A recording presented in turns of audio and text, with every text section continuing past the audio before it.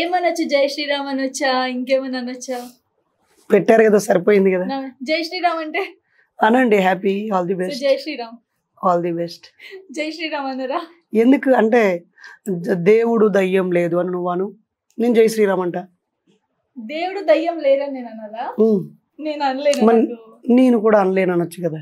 ఓ ఎందుకు అయితే? అంటే లైక్ అది నార్మల్ గా వచ్చేదే కదా. ఇప్పుడు పిఎం మోదీ లాంటి వాళ్ళే వెళ్ళి అక్కడ దండం పెట్టుకుంటున్నారు, రాముడు ఉన్నారు నమ్ముతున్నారు, అన్ని ఉన్నాయి కదా. మరి ఇప్పుడు నేను జై శ్రీరామ్ అని అనడం వల్ల కలిగే లాభాలు ఏమిటో చెబితే తప్పకుండా సమాజం కోసం అంటాను.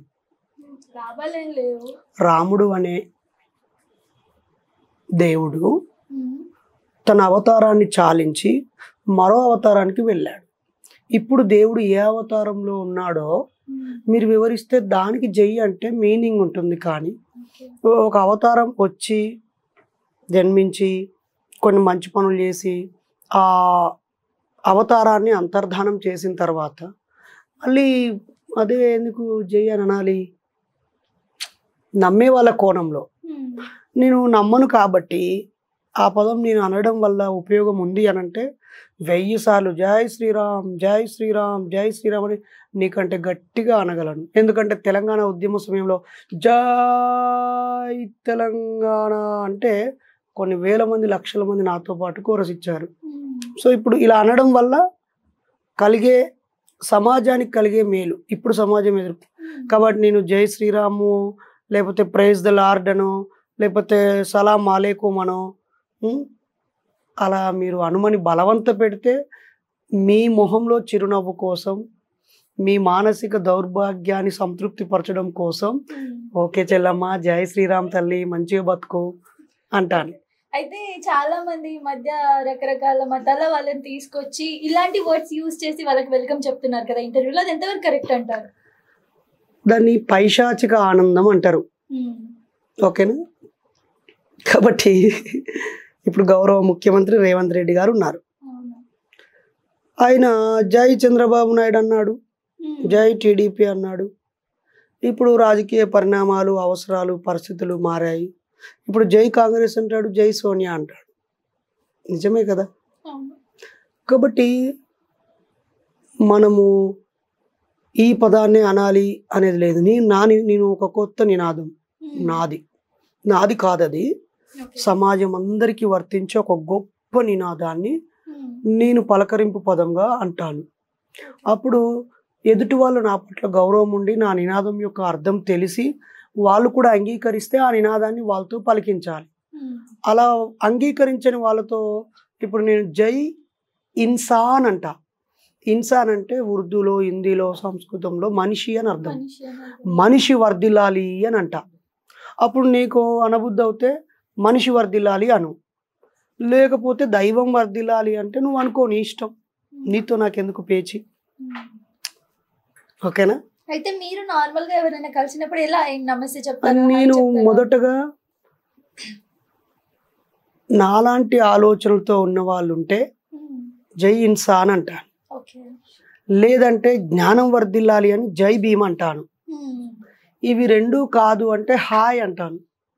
హలో కూడా మీరు ఒక మీనింగ్ తీయొచ్చు హ్యాపీగా. మీ ఇష్టం తల్లి, మీరు తీయండి. అంటే హాయ్ మీరు నార్మల్ గా ధర్మాన్ని నమ్మరు, ఇదంతా ఫేక్. ఎవరన్నారు?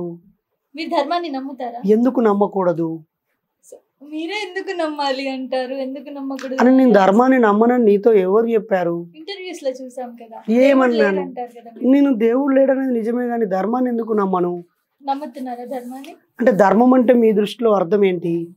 జరుగుతున్న అన్ని కూడా ధర్మమే కదా. ఇప్పుడు ఏంటి? హెల్ప్ చేసినా అది ఒక ధర్మం. నేను హెల్ప్ చేస్తున్నాను, మరి ధర్మాన్ని పాటిస్తున్నట్టే. అవును, పాటిస్తున్నాను. ఇంకోని గౌరవిస్తున్నాను, ధర్మాన్ని పాటిస్తున్నట్టే. మంచి భర్తగా జీవిస్తున్నాను, మంచి కొడుకుగా జీవిస్తున్నాను, మంచి తండ్రిగా జీవిస్తున్నాను నా 2 పిల్లలకి. నా ప్రయాణంలో అవసరం ఉన్న వాళ్ళకి సహాయపడుతున్నాను, ఎంతో మందికి సలహాలు ఇస్తున్నాను, కౌన్సిలింగ్స్ ఇస్తున్నాను. ధర్మము అంటే నీ కర్తవ్యాన్ని నువ్వు నిర్వర్తించడము, నువ్వు చేయాల్సిన పనిని నువ్వు చేయడము ధర్మము. నేను నా భార్యని సరిగా చూసుకోకుండా మందు తాగడం అధర్మం. నా పిల్లలకు పోషణకు సరి అయినటువంటి రక్షణ అవసరాలు తీర్చకపోవడం అధర్మం.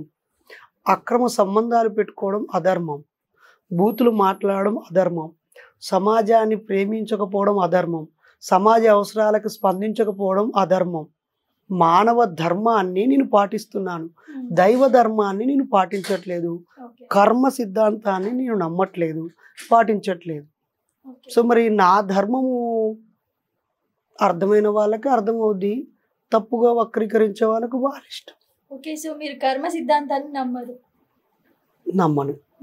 అంటే చాలా మంది అంటుంటారు కదా, ఈ జన్మలో చేసిన వాటికి ఈ జన్మలోనే మనం కర్మ అనుభవించాల్సిందే తప్పకుండా, ఇది కలియుగం. సో అలా చెప్పి అమాయక కష్టజీవుల మెదళ్ళని నిస్తేజానికి గురి చేశారు, దోపిడీకి గురి చేశారు. ఇప్పుడు ఆ కారు డ్రైవరు జీవితాంతం డ్రైవర్గానే బతకాలా? వాడు కష్టపడి కొనుక్కోకూడదా? ఆ 33వ అంతస్తులో ఉన్న సోదరుడు దాని నుంచి అక్కడికే ఇంకా పైకి వెళ్ళిపోవాలా? అది ఇప్పుడు ఒక మహానగరంలో ఒక విలువైన స్థలం ఉంటే అతను కర్మ చేసినా చేయకున్నా వందలు వేలు కోట్లుగా మారిపోయిందా లేదా? ఒక ఆడపిల్ల ఏదైనా ఇబ్బందికి గురైందనుకో, నీ కర్మ ఇంతే అని అనగలమా? పోలీస్ స్టేషన్ ముందు పెట్టగలరా? కర్మ సిద్ధాంతం ప్రకారంగా మేము నడుస్తాము, ఆమెకు చచ్చిపోయే అవకాశం ఉంది, ఈడు చంపే అవకాశం ఉంది, పోయిన జన్మలు ఇదేమో పాపం చేసింది అందుకే ఈడు ఆమెను పొడిచి చంపిండు, కర్మ అనుభవించింది, ధన్యవాదాలు అని చెప్పగలరా ఎవరైనా? చెప్పలేరు. నీ ఇంట్లో బంగారం పోతే నా కర్మ ఇంతే, పోతే పోని అనుకుంటావా? ఆ వీధిలో సీసీ కెమెరాలు చూసి పోలీస్ స్టేషన్లో ఫిర్యాదు చేస్తావా? మరి కర్మను నమ్ముతున్న వాళ్ళందరూ అంటే అది నువ్వు పీచులంటే అలా నేను కొడతారు, ఉరికిచ్చి చంపుతారు నిన్ను. అట్లా అనద్దు, నోరు జారద్దు, control your tongue.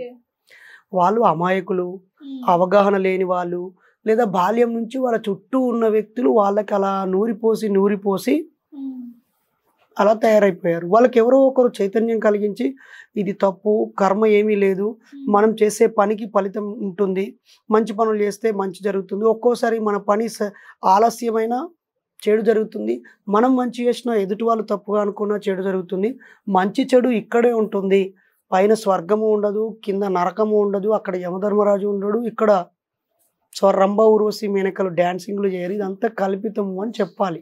Okay, so normal గా భగవద్గీత, రామాయణం ఇలాంటివి నమ్ముతారా మీరు? అంటే నమ్మడం అంటే అర్థం ఏంటి, డెఫినేషన్ ఏంటి, వాట్ ఈస్ ద బిలీఫ్? అంటే నమ్మకం అంటే ఏంటంటే అందులో రాసినవి కొన్ని ఈ మధ్య ఫాలో అవుతున్నారు, కానీ వాళ్ళు భగవద్గీత ఇలాంటివి చదువుతూ ఉంటారు. వెరీ గుడ్, చదువని మంచిదే కదా. అది మీరు నమ్ముతారా అంటున్నా నేను. వాళ్ళు చదువుతున్నదని వాళ్ళు చదువుతున్నప్పుడు చూస్తే నమ్ముతాను కదా, వీళ్ళు చదువుతున్నారని నమ్ముతాను. చదవకపోతే ఎక్కువ మంది ప్రజలు చదవట్లేదని నమ్ముతున్నాను. మెజారిటీ ప్రజలకు ఆ బుక్ ఏంటిదో తెలియదని నేను నమ్ముతున్నాను. వాళ్ళకు చదివేలాగా మీలాంటి వాళ్ళు ఉచితంగా అందరికి అందుబాటులో ఉంచాలని కోరుతున్నాను. లైన్స్ ఏవైతే రాసున్నాయో భగవద్గీతలో అవి నిజ జీవితంలో అంటే నమ్మొచ్చా అని నా అర్థం.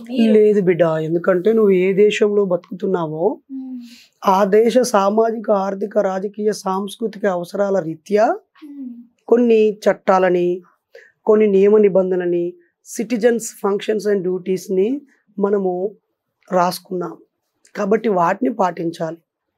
అంతేకాని ఒక దేశంలో అనేక మతాల వారు ఉంటారు, వాళ్ళ నమ్మకాలు వారివి, కానీ మా మత గ్రంథాల ప్రకారమే జీవిస్తాము అని వాళ్ళు అనుకుంటే అది వాళ్ళ వ్యక్తిగతమైతే పర్వాలేదు. కానీ సమాజంలోకి వచ్చేటప్పటికి ఆ సమాజం ఏ ప్రాంతంలో ఉంది, ఆ ప్రాంతంలో ఏ చట్టాలు అమల్లో ఉన్నాయి, అది ఎవరు రూపొందించుకున్నారు, వాటిని ఆమోదించుకున్న మనము అమలు పరుచుకొని గౌరవించుకోవాలి.